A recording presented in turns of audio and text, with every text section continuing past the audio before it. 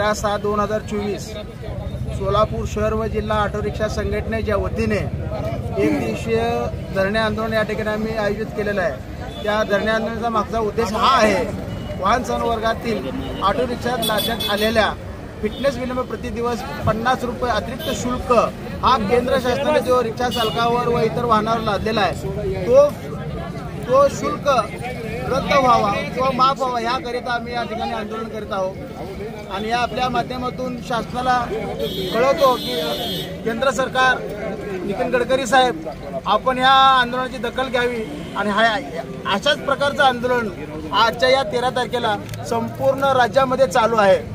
जे 36 जिल्ह्यामध्ये पुणे, मुंबई, सातारा, सांगली, कराड, कोल्हापूर या ठिकाणी या 50 रुपये जी फी आकारली जाते अतिरिक्त शुल्क हे माफ व्हावं यासाठी प्रत्येक राज्यातील विविध संघटना आज या ठिकाणी प्रत्येक आरटीओ ऑफिसमध्ये कार्यालयाच्या बाहेर आंदोलन करीत आहे।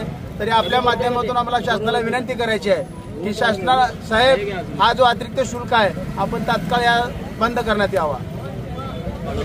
भारती बाळू पवार, महाराष्ट्र ऑटो रिक्षा चालक मालक संघटना संयुक्त कृती समितीचा प्रदेश सचिव।